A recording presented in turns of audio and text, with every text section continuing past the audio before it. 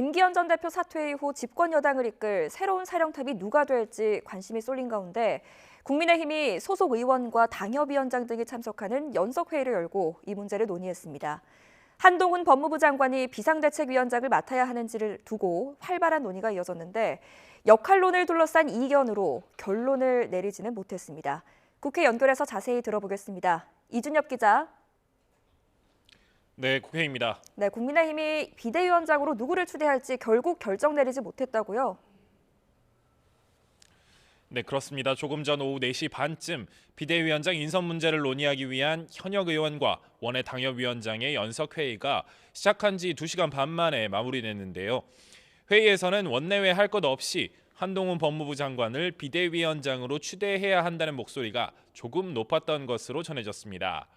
젊고 새로운 이미지를 가진 한 장관이 전면에 나서면 중도 표심에 긍정적 영향을 미칠 거란 주장도 펴고 있습니다. 그러나 반대 목소리도 일부 공개적으로 나오면서 최종적으로 한 장관 추대로 의견이 모이지는 못한 것으로 알려졌습니다. 당대표 권한대행인 윤재욱 원내대표는 연석회의 뒤 아직 의견 수렴 등 남은 절차를 더 거쳐야 한다고 밝혔습니다. 결정의 시간을 끌지는 않겠다면서도 내일과 모레 예산안 처리에 중요한 의사결정이 남아있는 만큼 종합적으로 보겠다고 강조했습니다. 필요한 절차가 조금 남아있기 때문에 또 그 과정을 거친 후에 제가 판단하겠습니다. 시간을 많이 끌지 않고 신윤 의원 일부는 앞서 연석회의를 앞두고 참석자들에게 전화를 돌리며 한동훈 비대위의 필요성을 설득한 것으로 알려졌습니다.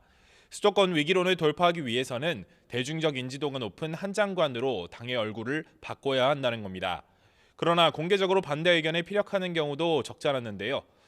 김기현 전 대표 사퇴 이후 수평적 당정 관계를 요구하는 목소리가 커진 상황에서 윤 대통령의 최측근인 한 장관이 제 역할을 할 수 있겠느냐는 우려가 대표적이었습니다.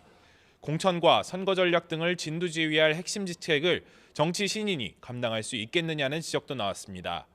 그러나 막상 연석회의에서는 한 장관에 대한 평가보다도 역할론에 대한 토론이 주를 이룬 것으로 전해졌습니다.